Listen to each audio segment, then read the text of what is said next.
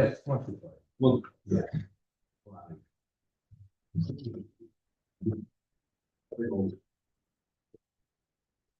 I'll have to call, yeah. I moved on.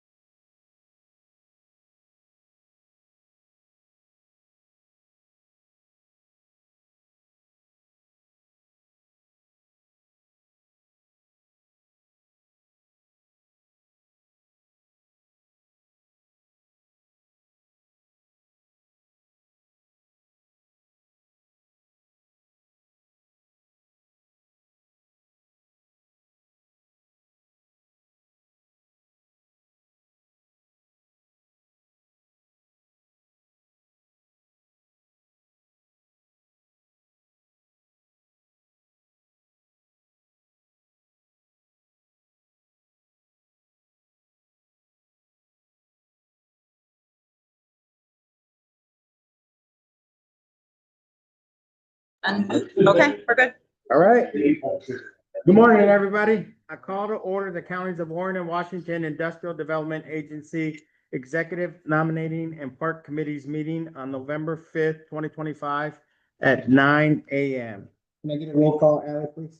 Yes, Tim Robinson, Here. Dan Bruno, Here. Juan Gonzalez. Here. We have a quorum. We have 3 out of 5. Great.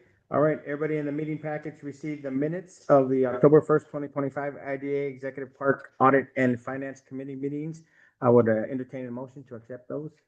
Dan, second. Tim? Any comments, questions, or concerns? All in favor? Aye. Any opposed or abstain? Motion carries. Great. Let's move on to the reports of committees. Park Chair, please.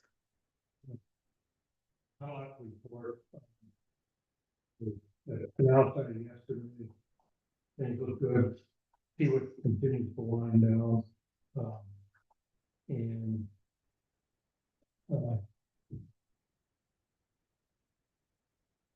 what Everett, sorry. Everett Scully is doing a pretty good job with trimming, maintaining the control of the brush, so to speak, and there's some larger trees down at the south end in the basin there that you'll get to this one. So, the airport, that is what it is. We're still, I don't know, those emails, with the comments regarding the,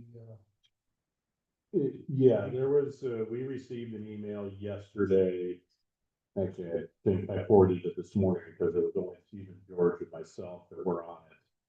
The DEC's come back and said, we're no longer scheduling any field work this year to do with jurisdictional determination requests. And I sent an email immediately back to Steve George this morning and called him, and Stephen reminded me, he says, we are not looking for the DEC to do a field visit. We have given them nearly 3 decades of project history with the Army Corps of Engineers. Right.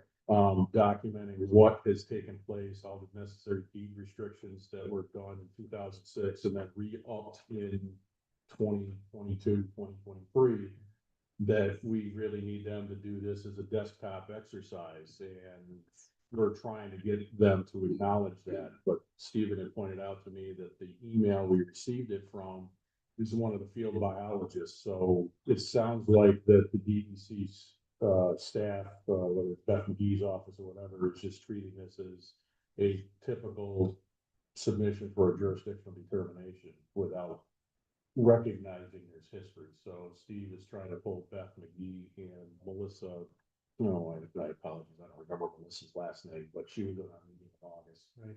Pull them into the loop to say, hey, this is not the direction this project determination needs to go. Right, additionally, this is not something that we just dropped in their lap 2 weeks ago. They've been made aware of this for a Months. couple of months, 2, 3 months now. So it's disconcerting to say the least. But that's DEC, and that's characters involved. I mean, But the one thing we do have, at least an informal acknowledgement, is the DEC recognizes because this was a previously approved subdivision and went through this full seeker process with the town of Kingsbury, that access to the remaining lots is in essence vested for the IDAs when it comes to a sale. The question comes down to is how much jurisdiction is going to be taken, how much impact from the potential 100-foot buffer impact the areas of lots. So that's unfortunately, we're still in flux and we have this new little hiccup at the moment that we're gonna try to smooth over. It's, I don't know how many of you ever had dealings with DEC, but it's touching people. They proceed at their own pace or lack thereof, and fairly not a lot to do with that. And sometimes I found that the more you talk to them, the further down the pile your project gets. So So when they came out with those new regulations, I thought they only had 6 months to make a decision. So if they're considering this a new thing, aren't they running out of time?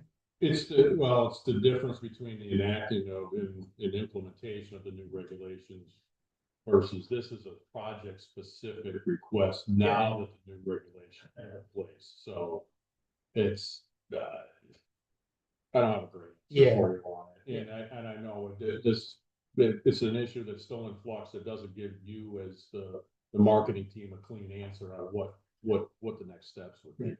No, I just thought if they're considering the field work and stuff like that, if they're considering a new project and having that, wouldn't the 3 or 4 months, wouldn't they be running out of time if they waited past? That's the argument they're saying right now is because the growing season is now passing, the vegetation is not clear. Steve and George from North Country Ecological said, well, last week we were out with regions 3, 6, and 4, and they had no issue with continuing doing the site visit. So what's up with region 5? So, but the initial goal right now is region 5, you don't need to go to the site because we've given you all of this information. Short of that, okay, region 5, let's go to the site anyways, but that's not our goal or objective. So this needs to be a desktop exercise. additionally, I think that's it. Here, we're going back to canal side. Maybe we'll get into this more with Mr. Barker.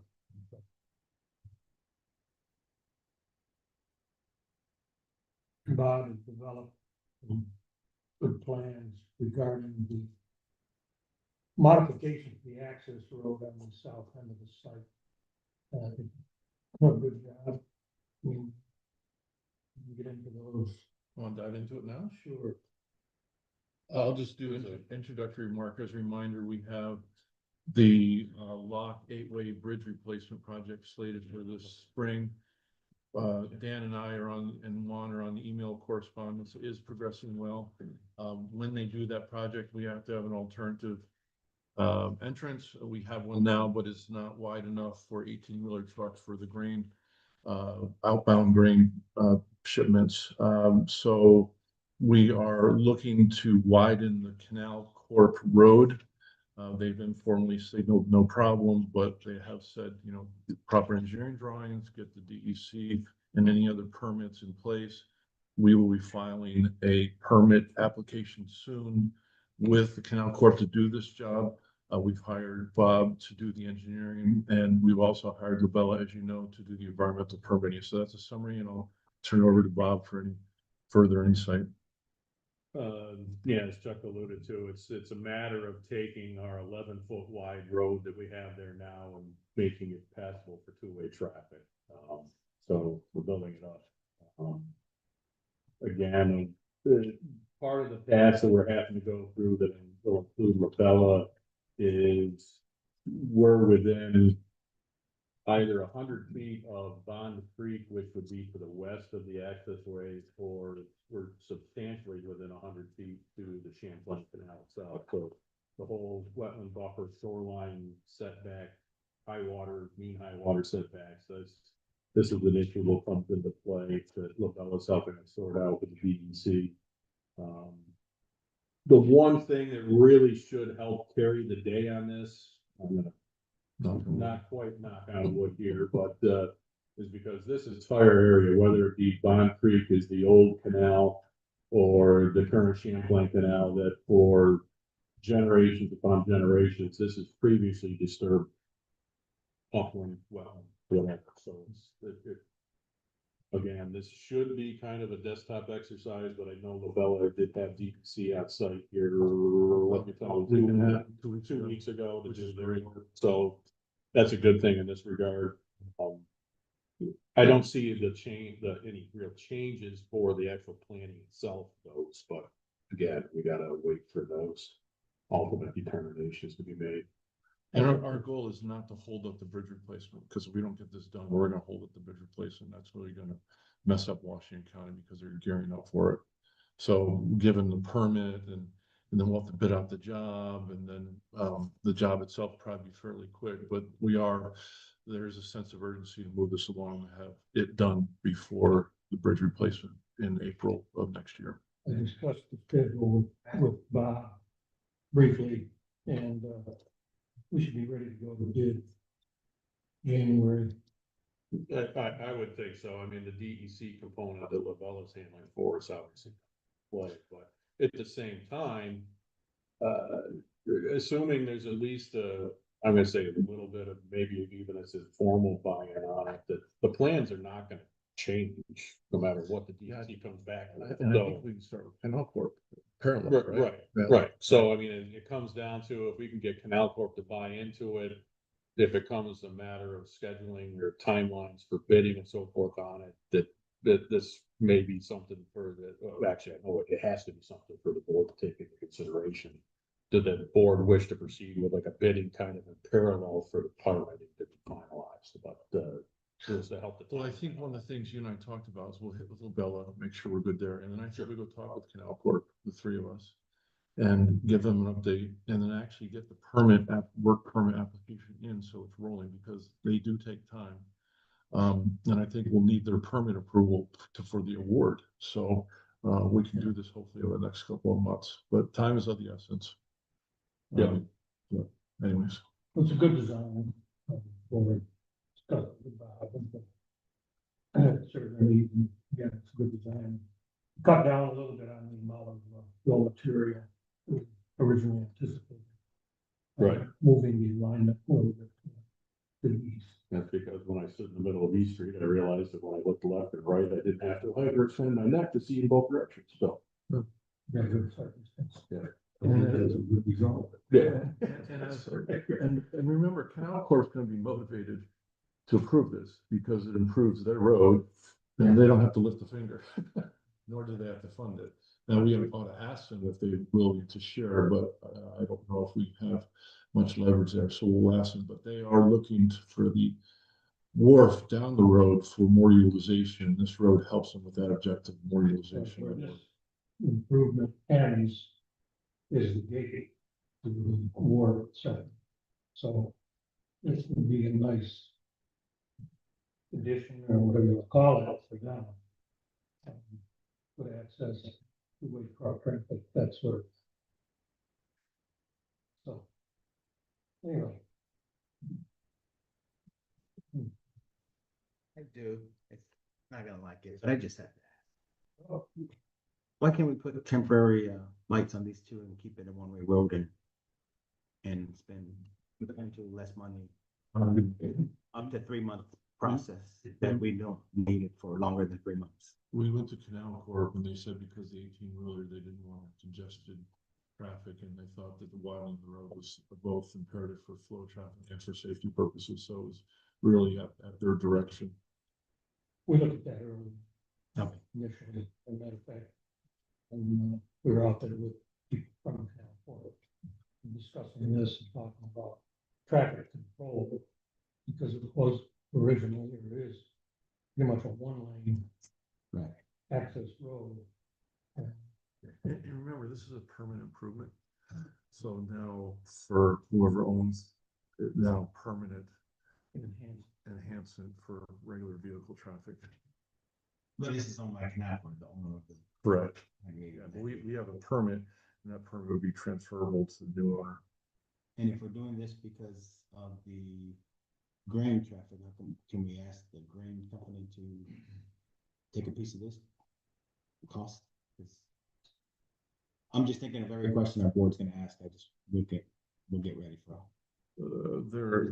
Well, it's. If the only reason we're doing it. It's SMS, Right, it's SMS Rail is our. tenant. SMS rail, we're spending up to 500,000 because of SMS rail cards only.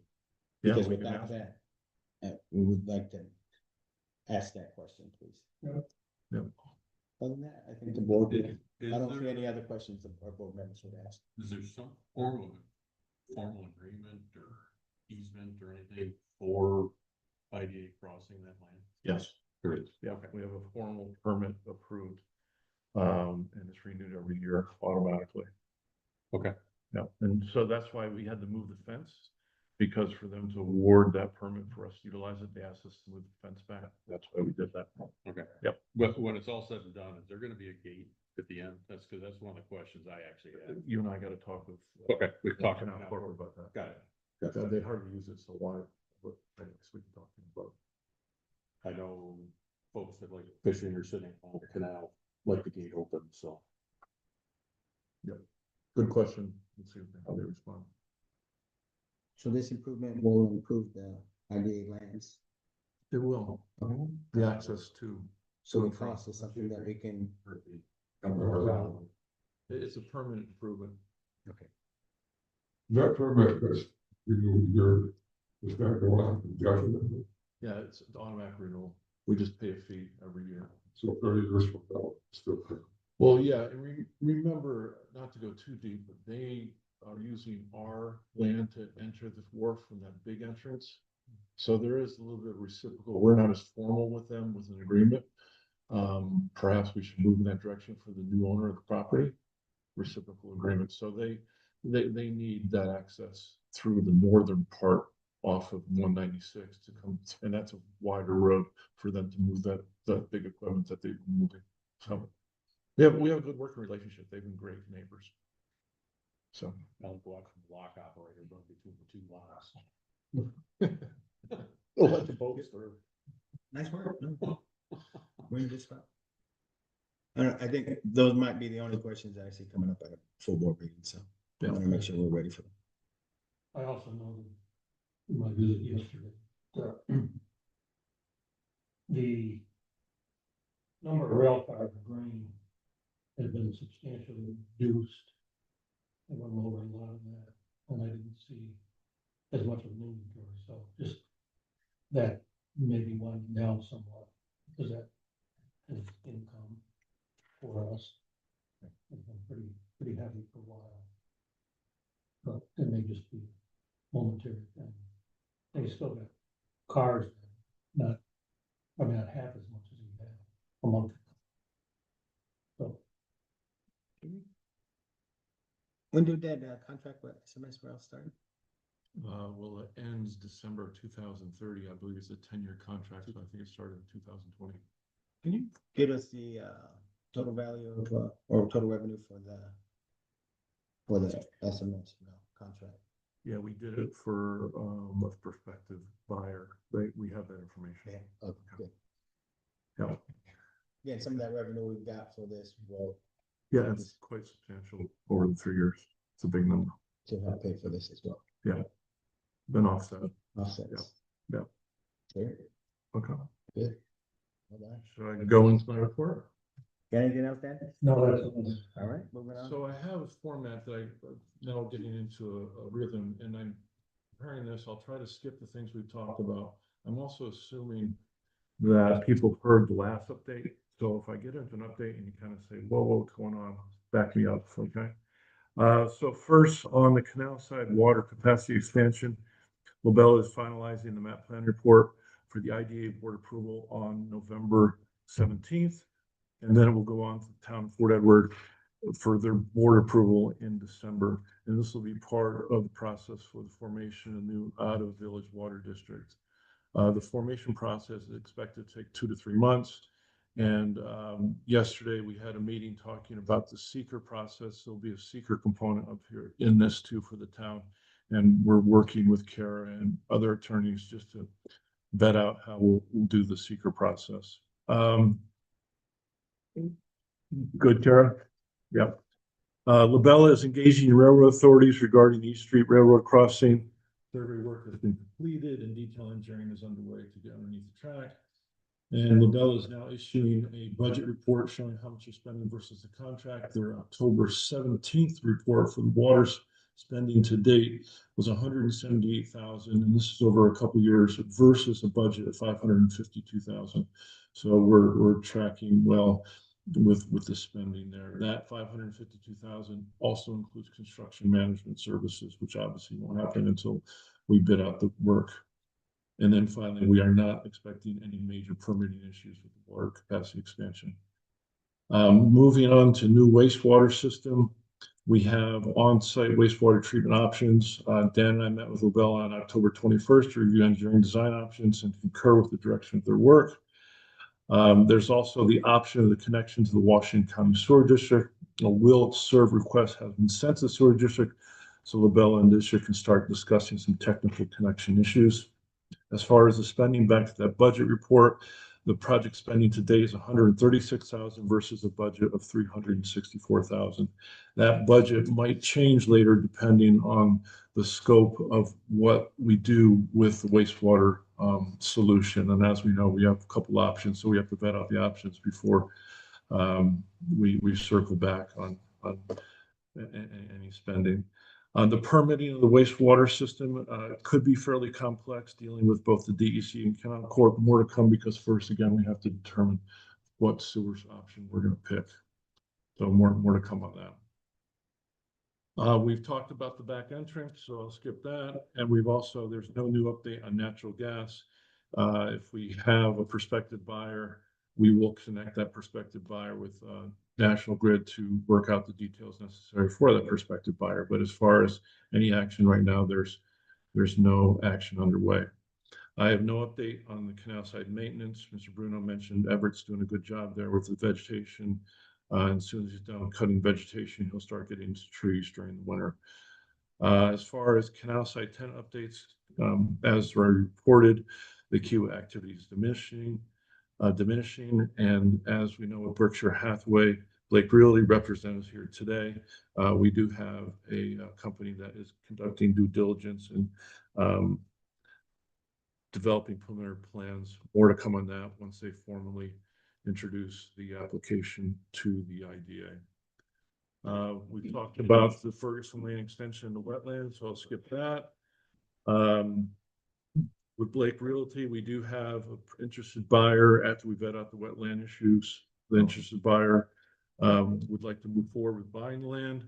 And then finally, Glens Falls Rotary Tree Farm Wildlife Idea. Rotary leaders attended the Kingsbury Town Board meeting on October 21st and received favorable feedback, including the need and the willingness to do a zoning variance.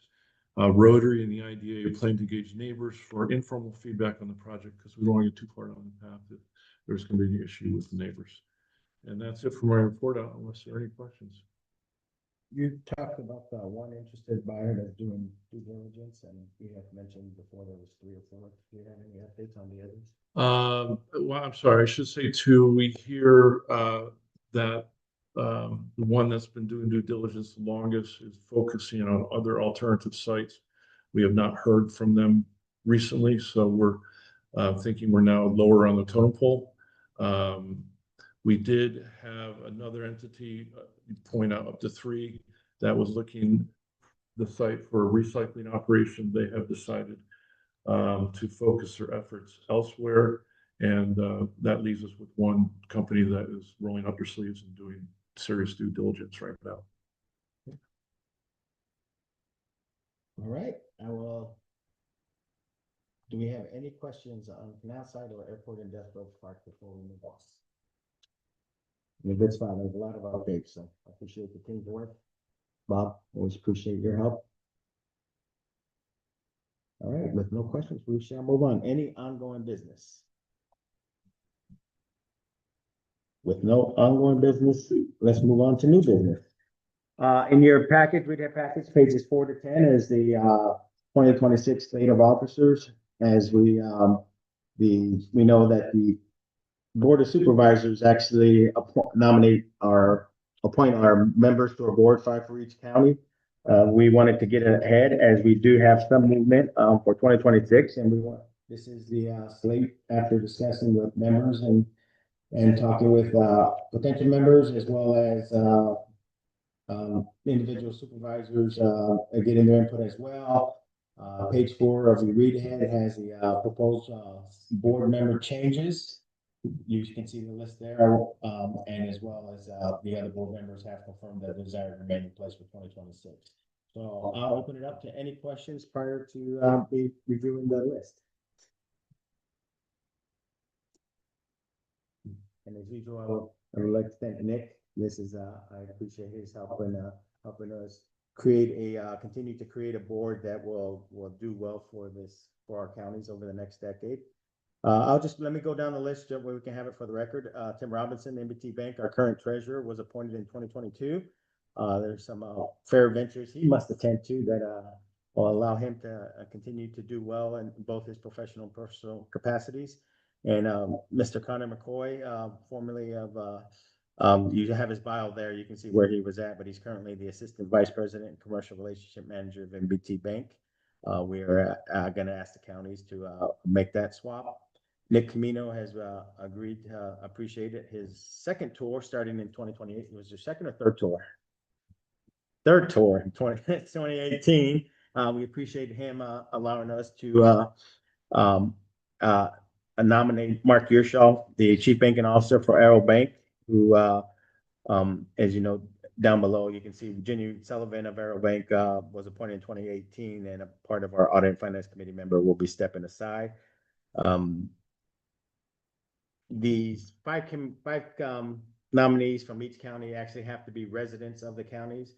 MBT Bank or Arrow Bank is a wonderful business partner, and Mark Yearshaw will be a great addition to the board should he be nominated by both Board of Supervisors. And but he is a Warren County resident, so we had to move some chess pieces around in order to make that happen. Melissa Finch, she is the administrator for Washington County. She would be a great addition to complement having John Taflon, the administrator for Warren County, on our board. So we have both got Warren County and Washington County administrators on our board. She has agreed to join us as well if nominated by the board committees. Jim Nolan was not seeking re-election as a town supervisor, and Mr. Charlie Tall from the town of Dresden, who won re-election last night as well. He's been at our board meetings as well. He's a great business mind. His biography's in there as well. He will do our board well by joining us if nominated or if approved by both counties. So we have an opportunity to continue the strength of this board. We've built in both banking and private industry as well as government experience with these nominations, and I am very confident that our board will continue to do extremely well with these ads. And so I would shut up and leave it to open the floor to any questions or comments or concerns from our board I have members. one comment. Yes, sir.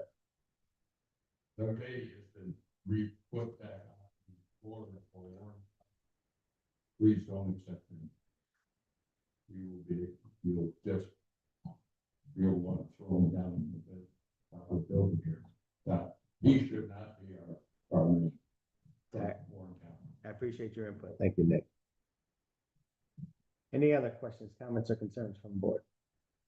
I guess, I'll just say, we're really happy with all you guys in, different capacities and just, work with you, be exciting to work for, so, We love our bankers. Necessary evil. When they say no. Yeah, when they say no, we love the regional planning board for their help with loans. All right, with that, I will entertain a motion to accept this proposed board member changes. After this meeting, I will be submitting these nominations to the both supervisors, chairmen of both. Dan, second. Tim, all in favor? Aye. Any opposed or abstaining? All right, motion carries. All right. Moving on to our next favorite topic, ABO website transparency. Page 11 and 12 of your read ahead. This is hot off the press. Let me start and then I'll open up to Chuck and Ally should they want to add. This just came in on Thursday. The ABO, you can see it in your read ahead. I won't go through it word for word. Has conducted website reviews of 51 public authorities. There's been some commonalities on places where we need improvements. You'll see the list of IDAs, reporting sales tax recapture, committee meetings, annual performance evals, including status of performance measures, investment reports, project documents for active projects, and assessment of projects of active or assessment of the project of progress of active progress. In addition to that email, they sent a 15-page special report on website transparency review. In addition to that, they sent the 11-page ABO policy guidance for website transparency requirements. We have a lot of work to do. It's not going to get done in a few days. We're gonna work together with the staff. We're gonna kind of take sections at a time, and every month we're gonna come back to the board and talk about all the progress that we've made. Some of these items we're gonna need to jump on quickly because like the committee meetings need to be part of our annual list of meetings. So some of those things we'll jump on quickly and report out to the board next month or this month in December, and others is going to take us some time, but every month coming in, I think Ally's section is probably going to be the administrative section will be the part where she briefs the team on all our progress, and we're going to become more efficient. We think we're doing an exceptional job. We have some areas that we need to improve on, and we will improve on them, and we'll get better, and we'll appreciate the ABO's work in this. The guidance is very clear, so there should be no doubt on what we need to be doing and maintaining. So with that, I will turn it over to Chuck or Ally with any additions. Sure. I did review the specific areas of concern that they had mentioned in what was in your meeting packet, and reviewing the website, we're doing pretty well. I admit there were some 2024 things that I needed to catch up on. But my biggest concern, and I would need help from Mr. Barton as well, is the assessment of the progress of active projects. That is something that we do through meetings. So it is in the meeting minutes, but I'm not sure exactly what it is they're looking for as far as website information. And I don't know, Kara, if you can, it's in, right. Do your work, etc. Uh-huh. But it's unclear exactly what they want to see on the website. So would meeting minutes suffice at this point until because when there is an update, it is in the minutes. Yeah, I mean, I don't know if they're looking for basically like, even if we did something like a quarterly report. Okay. Active minutes, or active meet projects, like something like that. Okay. If we said, okay, quarterly, we're gonna have an agenda item, let's just go through Sure. all of our active projects, and then that document could be posted as one. You know, Okay. I think what they're looking for is for something easy for people to access. To reference. Right. Okay. As opposed to like minutes. Yep. What's this project? Okay. Status. Okay. So, I mean, it's unclear. I don't know that they really said specifically what they want. Right. I think that would be one idea. Mhm. maybe to No, it's a great keep it idea. all in one spot. Yep, perfect. All right. Other than that, of course, I was just gonna hand it over. Sally has a nice vehicle she already does where she sends out at the year end a report or request for employment positions associated with the job. So we're thinking of beefing it up with more questions. And then we'll get those questions back and then we'll put it on some sort of summary. So I think we have a good vehicle and we can improve fairly easily as early as by the end of December, when I guess end of December or early January, you send out the information request. Yep. Yeah, so we'll have, it is annually, so we'll beat up information request. Yeah, I would, hopefully we can do annually. Quarterly will be an administrative burden if we have to reach out to, yeah. So we'll figure out what to ask and the frequency to ask and come back. Good news is, once, if we ask the question to ABO, they do respond. So we'll get a solution that we believe is gonna fit the bill. We'll ask the question and make sure that they're okay with our solution, then move forward. So that's one. Again, we've got 26 other pages of documents of checklist of items that we'll be reading through as well. I love the light reading of this. board. The board always has light reading. Good cure for some. Yes. Right. Anything else? Anybody have any questions? Anybody from the read ahead? Any questions, comments, or concerns? Merry Christmas from the ABO. All right, any other new business coming before this board? Any other business coming? Any public comments? We have any public online this time? We do not. No public comment. All right, with that, I would ask Harris Huffman in order to take us into executive session. We're going, so we're going into executive session today to discuss the sale of property where public discussion could impact the value. All right, with that, I will entertain a motion to go in, enter into executive session. Dan, second. Tim, all in favor? Aye. All right, motion carries. Okay, we just have to wait to, we won't be coming back in session, is that correct? I don't think we're rendering any decision. I think. You're just gonna. Yeah, You can okay. follow your left. You still like? Yes. All right, so. No action. No action will be taken from executive session and we'll adjourn directly out of the executive session. Do I need a motion?